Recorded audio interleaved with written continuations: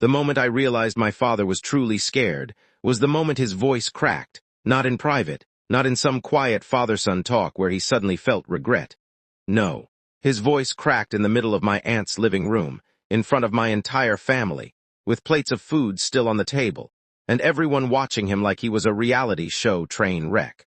The same man who spent years mocking me, laughing at me, calling me a failure, was standing there with his hands shaking. His face looked pale. His eyes were wide. And he said, in a voice that barely sounded like him anymore, "Jerry, please. Don't do this, not in front of everyone." I stared at him for a second. My heart was pounding so hard I could feel it in my throat.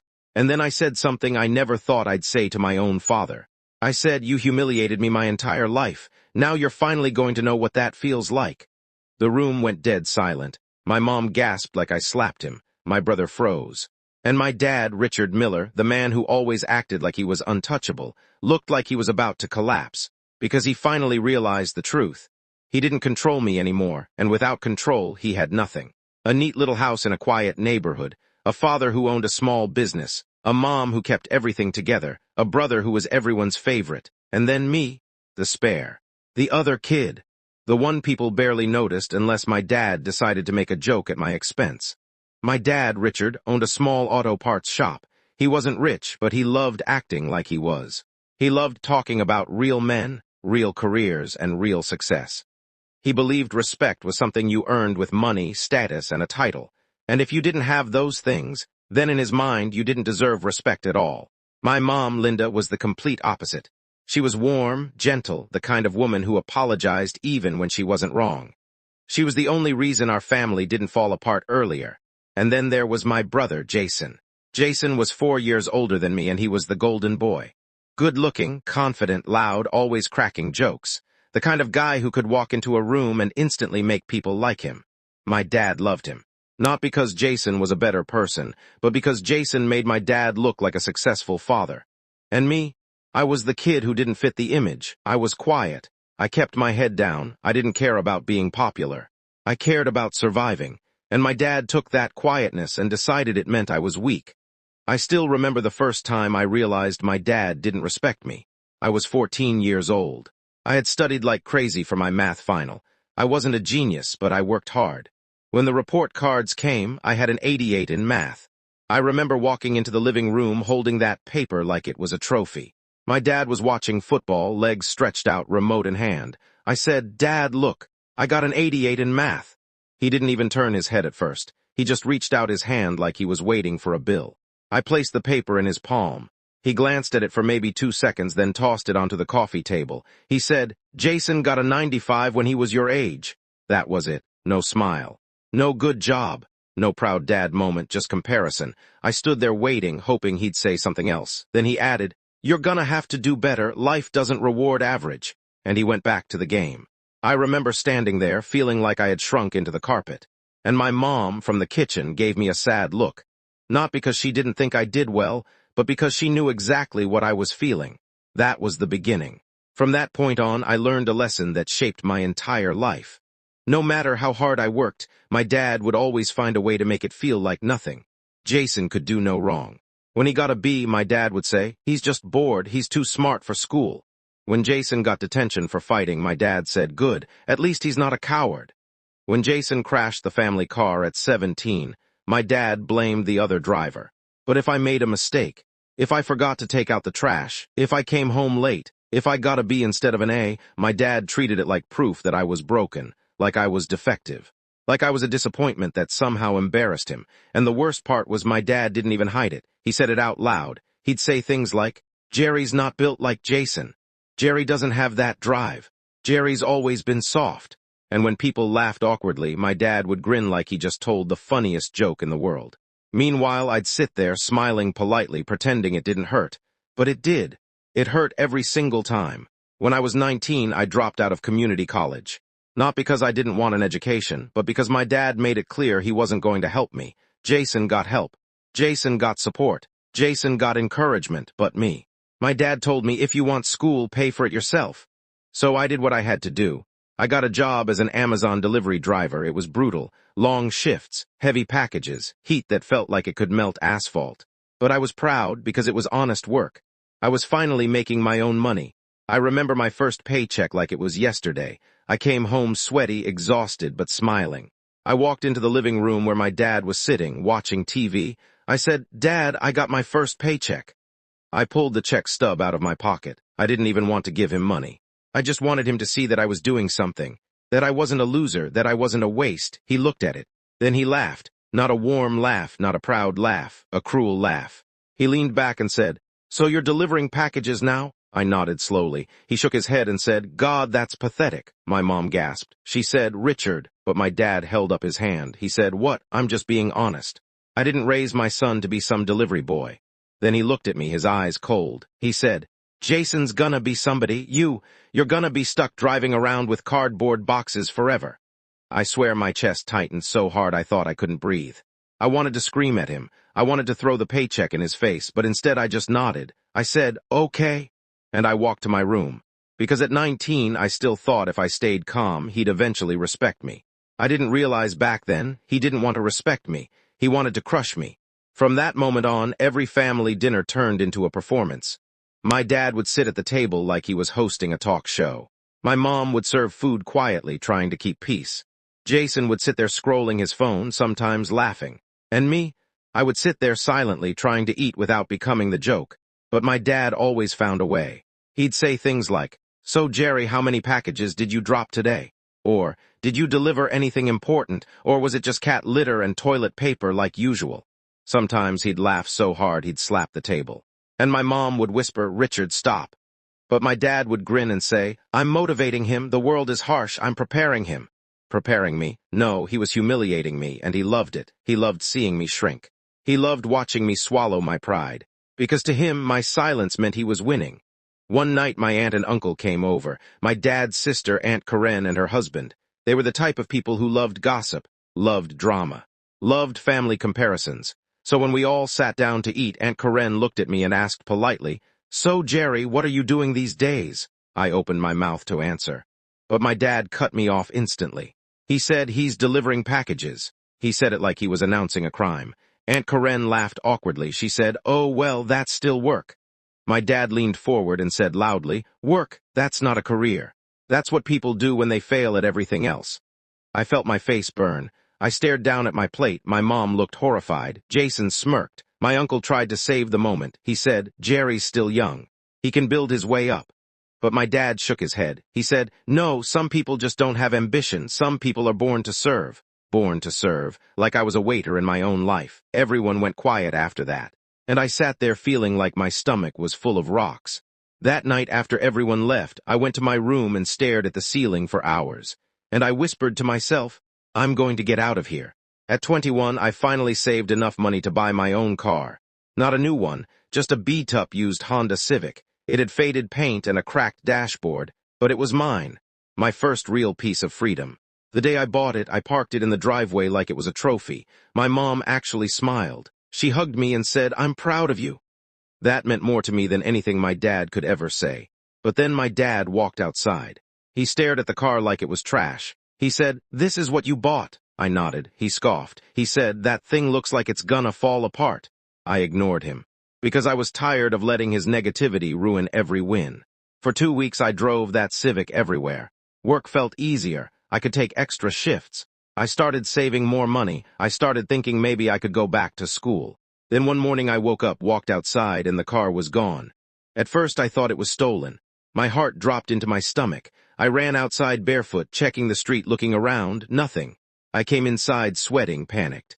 My mom looked scared too. She said, "Jerry, what happened?" I said, "The car is gone." And that's when I heard my dad laughing on the phone. He was in the living room. He said, "Yeah, take it. Jason needs it more." I froze. I walked into the living room slowly. I said, "Dad, what are you talking about?" He ended the call like it was nothing. He looked at me. He said, "Jason borrowed your car." My voice shook. I said, "Borrowed." He didn't ask me. My dad shrugged. He said, "He needed it. His car's acting up." I said, "But Dad, I bought that car. It's mine." My dad leaned forward, eyes cold. And he said something that still makes my blood boil when I think about it. He said, "You live under my roof. Nothing you have is really yours." I felt my hands shaking. I said, "I paid for it with my money." And he laughed again. He said, "You think you're important enough to own something?" That was the moment I realized something terrifying. My father didn't see me as a person. He saw me as property. After that, I stopped trying to earn his respect. Because you can't earn respect from someone who enjoys your pain. I became quiet, but not weak. Quiet like someone who's planning an escape. I started working more. I picked up overtime shifts. I started delivering packages 6 days a week. And at night, I started teaching myself new skills. Graphic design, video editing, social media marketing. I didn't even know why at first. I just knew I needed a path that didn't involve my dad. I'd come home exhausted, eat quickly, then sit in my room with my laptop open. Sometimes my eyes would burn. Sometimes my back would ache. Sometimes I'd fall asleep with tutorials playing. And every time I heard my dad's voice outside my door saying, "He's always on that stupid computer, lazy kid," I would whisper under my breath, "You have no idea what I'm building." The funny thing is, Jason wasn't actually successful. He was just good at looking successful. He went to college. He graduated. He got a job in sales. My dad bragged like Jason was the CEO of some Fortune 500 company. He told everyone, "My son works corporate." He told neighbors, "Jason's gonna buy a house soon." He told relatives, "Jason's gonna be rich." But Jason hated his job. He quit after 6 months. Then he joined another company, quit again. Then he started saying he was going to start a business, which basically meant he sat at home, played video games, and asked my dad for money. And my dad still defended him. He's a leader. Leaders don't work like slaves. But when I worked 12-hour shifts, I was pathetic. It made me sick. One night, Jason came home drunk, not tipsy, drunk. He stumbled through the front door laughing like an idiot. My mom looked terrified. My dad helped him to his room like he was a child. Then my dad stormed into the kitchen where I was eating. He stared at me like I had committed a crime. Then he exploded. He shouted, "Look at your brother. Look at what stress has done to him." I blinked. I said, "What?" He pointed at me. He said, "If you weren't such a disappointment, Jason wouldn't feel pressure." I stared at him, stunned. I said, "How is Jason drinking my fault?" My dad slammed his fist on the counter. He yelled, "Because you embarrass this family, people compare brothers. They see Jason doing big things and you delivering packages like a nobody." My throat tightened. And for the first time, I didn't back down. I said calmly, "You're the one who compares us. You've been doing it our whole lives." My dad's eyes widened like I slapped him. He said, "Don't talk back." Then he leaned in close and said quietly, "You're nothing without this house." That sentence hit me harder than any insult he'd ever said, because he believed it. He truly believed I was nothing. That night I went to my room, sat on my bed, and stared at my laptop. And I promised myself, I'm leaving, and I'm never coming back as a loser. At 23, I posted some of my design work online, just simple stuff. Logos, Instagram posts, mock ads. I didn't think anyone would notice. Then one day I got a message. A small gym owner wanted a logo and social media graphics. He offered me $200. To some people, that's nothing, but to me, it felt like someone handed me a key to a door I didn't know existed. I worked all night on that logo. I made it perfect. I delivered it. The client loved it. He paid me immediately. I remember staring at the payment confirmation like it was unreal. That night, I was on the phone with him, thanking him, when my dad walked past my room. He stopped. He listened. And when I hung up, he laughed. He said, "What was that? You selling cartoons online now?" I stepped out. I said, "It's freelance design work." My dad shook his head like I was embarrassing him. He said, "That's not a real job, Jerry. That's childish." And for the first time, his words didn't crush me. They just made me more determined, because I realized he was scared of me becoming independent. A few weeks later, my dad humiliated me again at dinner.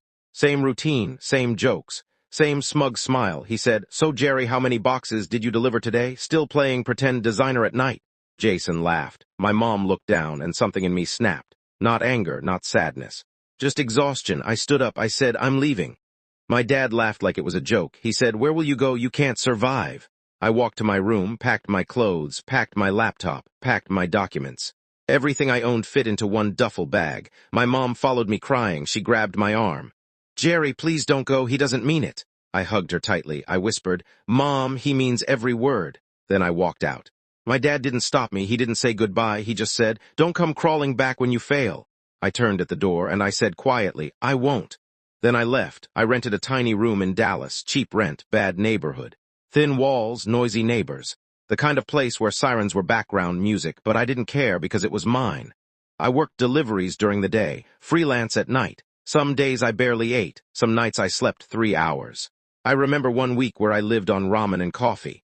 I'd wake up at 6 a.m., work until 6 p.m., then design until 2 a.m. My body hurt. My mind felt foggy, but my heart felt alive. Because every day I was building something my dad couldn't steal. After 2 years, I built a real portfolio. I applied to digital marketing agencies. I got rejected over and over, but I didn't stop. Then one day I got a call. A company wanted to hire me as a junior designer.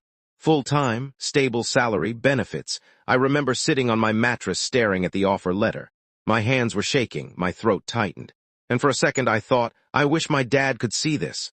Then I realized, no, I didn't need him to see it. I just needed to live it. I whispered to myself, "You did it, Jerry." And I cried, alone but proud. A few months later, my phone rang.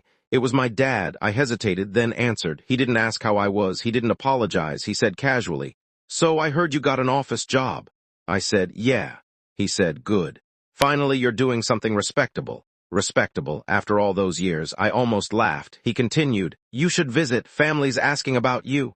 And I knew exactly what that meant. He didn't miss me. He missed control. But I said, "Maybe." And he hung up. 2 weeks later, my mom called crying. Her voice was shaking. "Jerry, your dad is in trouble." My stomach dropped. "What happened?" she whispered. "He invested money with a friend. It was a scam. We lost everything. Everything, savings, retirement, emergency fund, gone, and suddenly everything made sense. That call wasn't pride, it was desperation. My mom said, "He's blaming everyone, he's not eating. He's shouting at me." Then she whispered, "He says Jason will fix it." I asked, "Will Jason fix it?" Silence. Then she said softly, "No, Jason is in debt too." I closed my eyes, and I felt rage, not at my dad, at the unfairness. Because my mom didn't deserve this. A few days later, my dad called again. This time his voice wasn't smug, it was sharp. "Come home, now." I took a day off work. I drove to the house. When I walked inside, it felt like stepping back into a nightmare. My dad looked tired. Jason was sitting there avoiding my eyes. My mom looked like she hadn't slept in days. My dad didn't waste time. He said, "Sit." I sat. He said, "We need money." No apology, no shame, just demand. He said, "We need $50,000. $50,000. I stared at him. I said, "Dad, I don't have $50,000. He leaned forward. He said, "Don't lie. You live alone. You don't have kids. You must have savings." I laughed quietly because it was insane. Jason finally spoke. "Bro, just help. We're family." Family, that word felt like poison. I looked at him and said, "Where was family when you took my car?" Jason looked away. My dad snapped, "Don't bring up old things." Old things, like my pain was expired. I said calmly, "I can help a little, but not that much." My dad slammed the table. He shouted, "If you don't help, don't come back here again." And for the first time in my life, I smiled. Not because it was funny, because it was pathetic. I leaned forward. I said, "Dad, I already don't come back." Silence. My mom started crying harder. Jason looked shocked.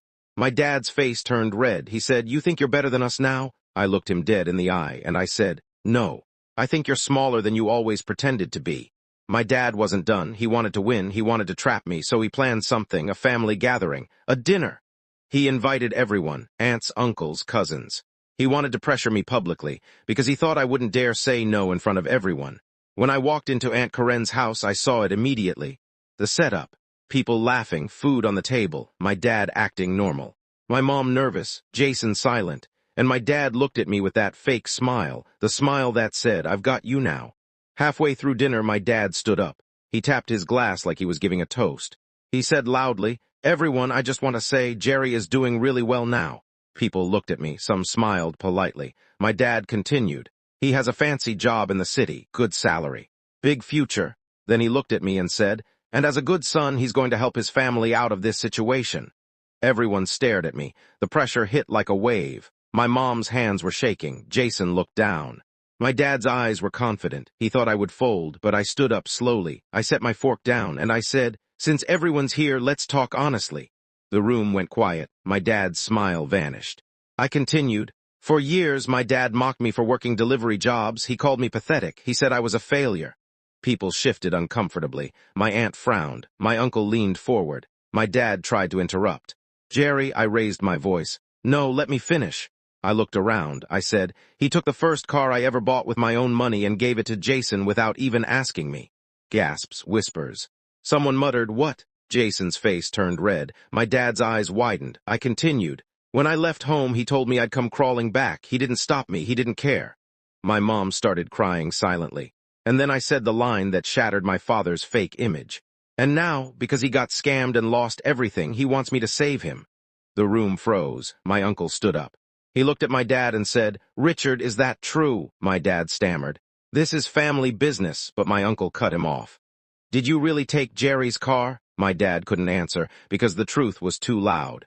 Then my dad did something I never expected. He begged in front of everyone. He said, "Jerry, please, don't do this. We're family." His voice cracked, and I stared at him. And I said softly, "You taught me something my whole life, Dad." He blinked. I continued, "You always said respect is for people who earn it." Then I leaned closer. "And you never respected me." The room was silent. Then I said the final blow. "So now that you're the one with nothing, why should anyone respect you?" I reached into my bag. My dad's eyes lit up. He thought I was pulling out a check. He thought he won, but I walked right past him. I walked straight to my mom, and I handed her an envelope. I said, "Mom, this is for you, not him." My dad's face twisted. He shouted, "Give it to me." I turned slowly. I looked him dead in the eye, and I said one word. No, that one word hit him like a bullet, because it wasn't just refusal. It was independence. It was freedom. It was everything he tried to stop me from becoming. Jason finally spoke, voice shaking. "Jerry, come on. Dad's desperate." I looked at him, and I said, "You were the golden child. Fix it." Jason's face went pale. He had no answer, because for the first time in his life, he couldn't hide behind my dad, and then I walked out. A few days later, my mom called me. She said my dad stopped talking. He stopped shouting. He stopped acting like the king of the house, because the world finally treated him the way he treated me. Neighbors started whispering. Relatives started gossiping. And for the first time in his life, my dad felt humiliation. The humiliation he fed me for years. Then my dad called me one last time. His voice was smaller. He said, "Jerry, come home." And I said calmly, "I am home. My home is where I'm respected." He didn't reply. He just hung up. I didn't feel joy. I didn't feel revenge. I felt peace. Because the boy who sat quietly at every dinner finally stood up. And I realized something important. Some fathers don't raise sons. They raise wounds. And it's our job to heal ourselves. My dad spent years telling me I'd never be anything. But in the end, I didn't prove him wrong with my success. I proved him wrong with my strength, because the real victory wasn't money. It was the moment I finally realized I never needed his approval to be worthy.